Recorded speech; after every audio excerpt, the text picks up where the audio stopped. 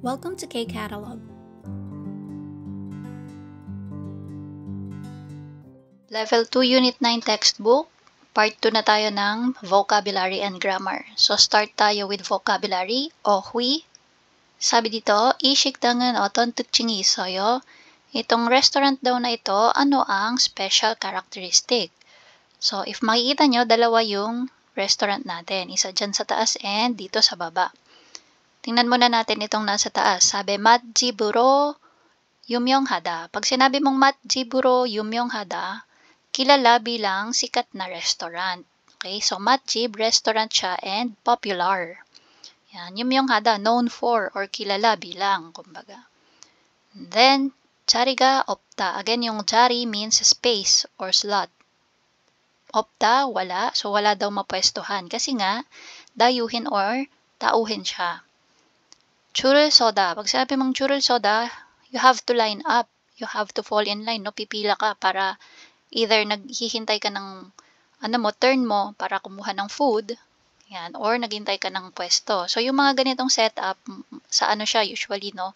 Sa buffet mo siya makikita, yung ganitong klase ng setup. So, for family, or kung kayo ay, madami, so more on buffet kayo kasi, bukod sa malaki yung pwesto, yangi manta, marami din daw ang serving. Okay, so yung yang dyan, ibig sabihin quantity.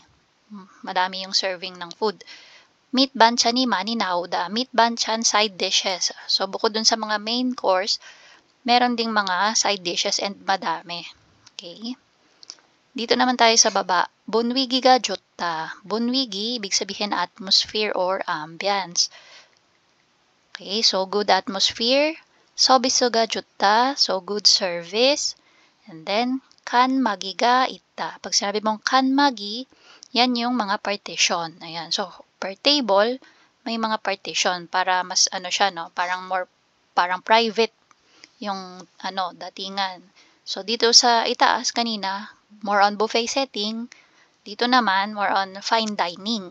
Ayan. Sabi dito, 여러분은 외식할 때 어떤 식당에 자주 가요? 왜 거기에 자주 가요? Ikaw daw, kapag kumakain sa labas, anong klaseng restaurant ang madalas mong puntahan?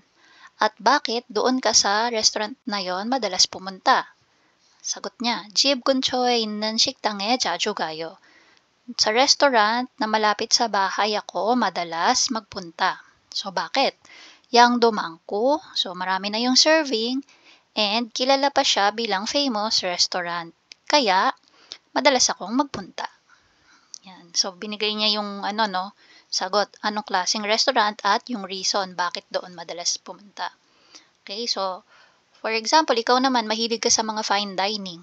Okay, so, pwede mong sabihin dyan na 분위기가 좋은. So, yung 분위기 again is atmosphere, no? 분위기가 좋은 식당에 가요. Yan. So, dun ka sa maganda ang atmosphere. Bakit? So, 서비스도 좋고, yan. 서비스도 good service and ano pa? Yung kanina, yung meron partition. Or kahit, hindi naman lahat kasi may partition eh. So, maganda na yung service. And giboni. So, dahil maganda yung atmosphere, maganda rin sa pakiramdam, di ba? 조용해. Yan. So, usually, di ba, pag fine dining, tahimik lang siya, no? Bawal nga ang mga bata kapag fine dining, eh. Kasi, gusto nila yung 분위기 solemn, kumbaga, tahimik. Okay, so, 조용해서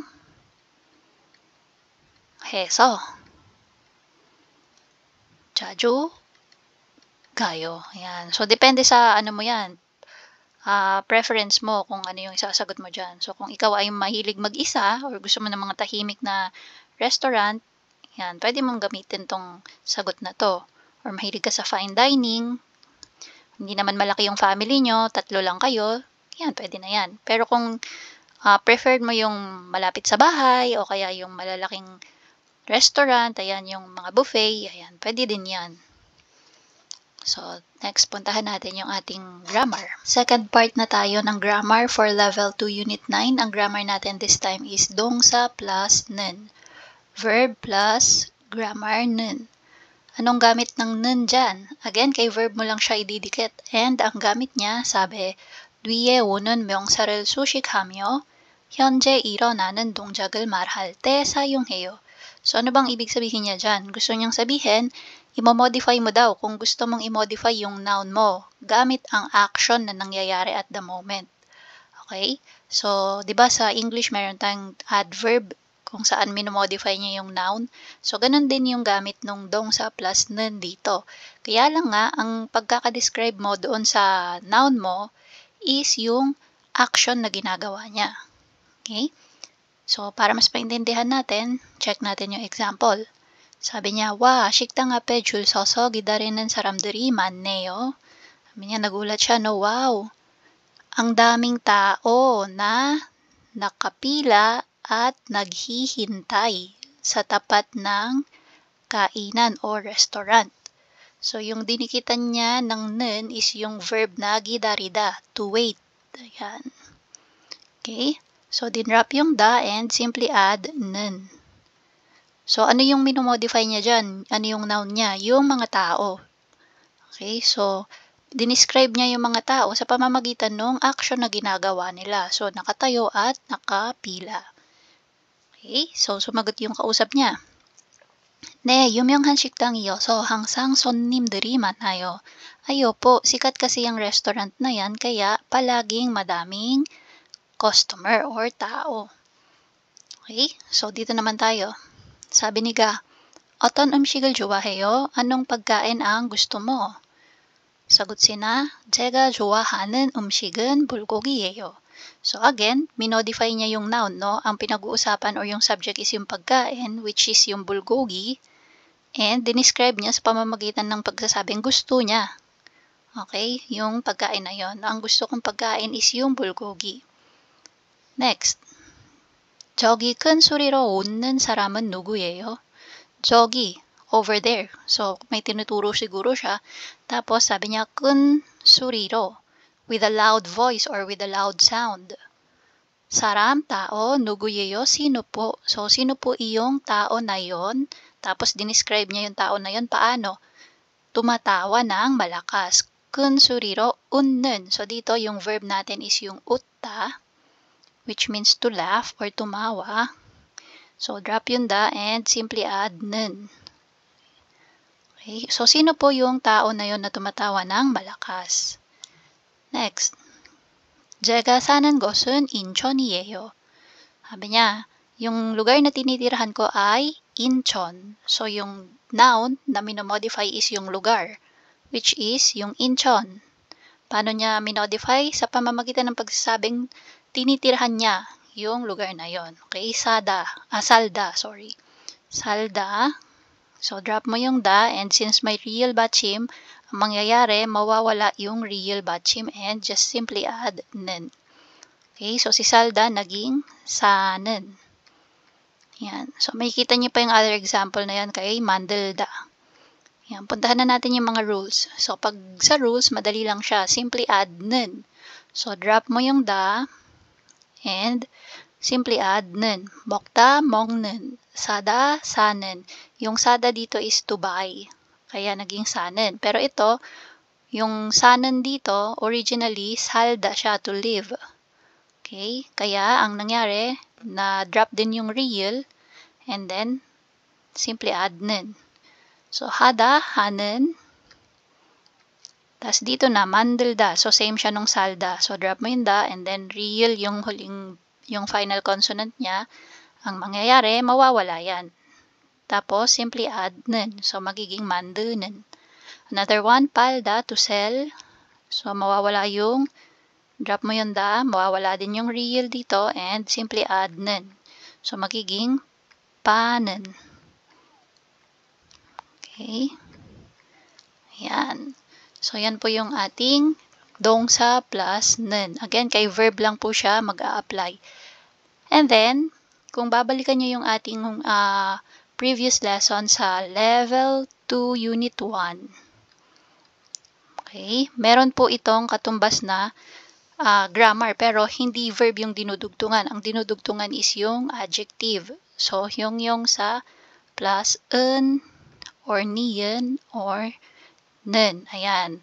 So, ganito din po yung gamit niyan. Ang kaso lang, yung sa level 2 unit 1, sa adjective mo naman siya dinudugtong. So, para mas clear sa inyo, pwede nyo balikan yung lesson natin na to. Tapos, compare nyo dito. Gamitin natin ngayon yung grammar na 동사 plus 는. 사비 dito, 친구가 뭘 하고 있어요? 친구를 찾아보세요. So, yung mga characters dito, andyan yung mga pangalan nila, and ang instruction is, ano daw yung ginagawa, and try hanapin.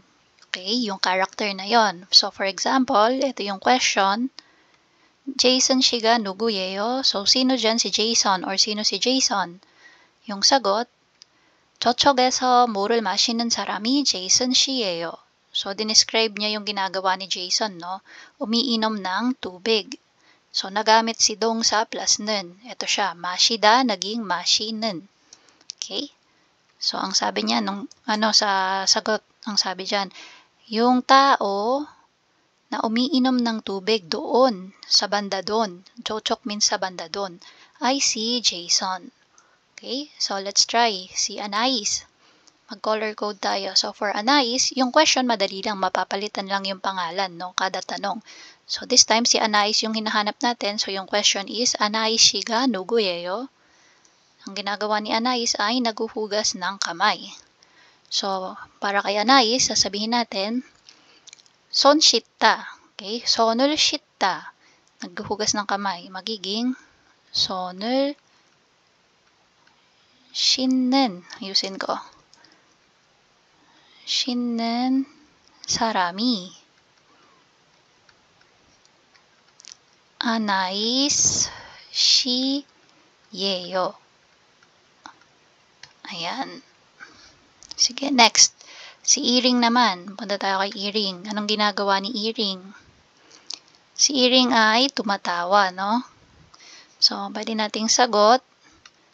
Lagyan natin ng number, no? Tayo na mag-number. So, yung Anais, number 1. Iring, number 2. So, sabihin natin, yung tumatawa na tao or babae, pwedeng saram, pwedeng yoja kung gusto mong specific. So, yung tumatawang babae ay si Iring. So, paano natin sasabihin yon? So, utta, to laugh, magiging 웃는. So, 웃는 여자가 이ring 씨예요. Next, si Rahman. Ayan. So, sino naman si Rahman? Nakikipag-usap siya kay chef. So, sabihin natin, yung tao or yung lalaki na nakikipag-usap kay chef ay si Rahman. So, paano natin yung sasabihin? Again, yung question, papalitan lang natin. Rahman 씨가 누구예요? So, yung sagot, 요리사하고 or 요리사와. Kahit alin doon sa dalawa, okay lang. It means with or nakikipag-usap kay. 요리사와 이야기하다, yun yung verb natin, makipag-usap. 이야기하는 남자가 라흐만 씨예요.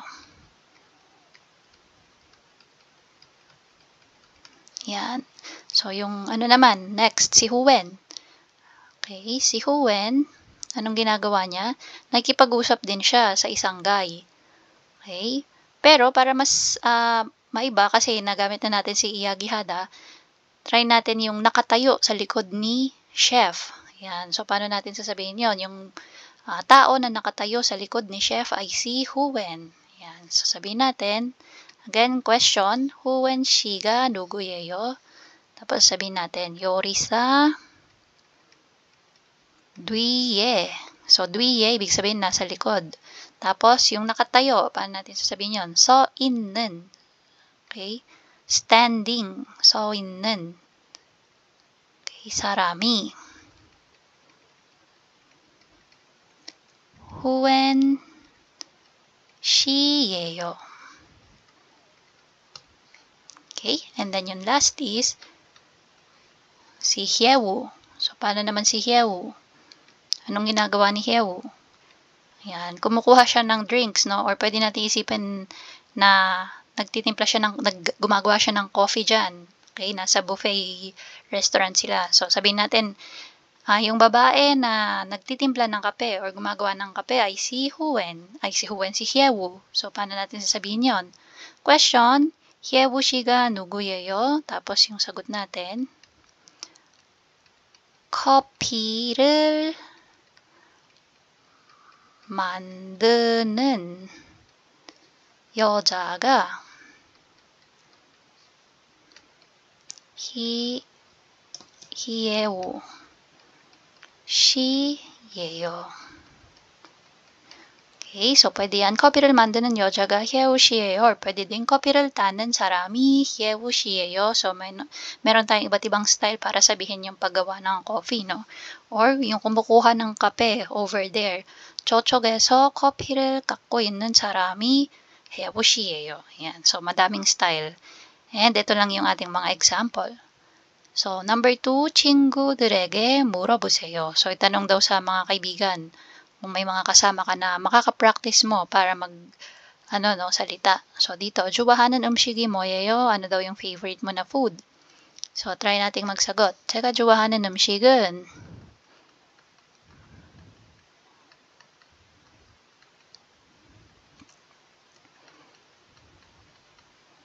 or 음식이. 제가 좋아하는 음식이. So, ano yung favorite ko? Sabihin natin, 김치찌개. 김치찌개예요. Next, 자주 가는 식당이 있어요. So, meron ka bang madalas na puntahan na restaurant? So, ano ba yung madalas mong puntahan restaurant? Sabihin natin, mahilig kang kumain ng tawag dito, yung jjajangmyeon, ayan. Tapos, tangsuyuk, yung mga 중국 음식. So, pwede mo sabihin, 제가 자주 가는 식당이, yan. Or kahit wala ng 제가, okay lang. Okay. 자주 가는 식당이 중국집. So, 중국집 is Chinese restaurant. 중국집이에요. Yan. Dito naman, 지금 사는 곳이 어디예요? So, saan daw yung iyong lugar na tinitirhan ngayon? Okay, so, kunyari, sa Seoul ka nakatira, sabihin mo, 지금 사는 곳이.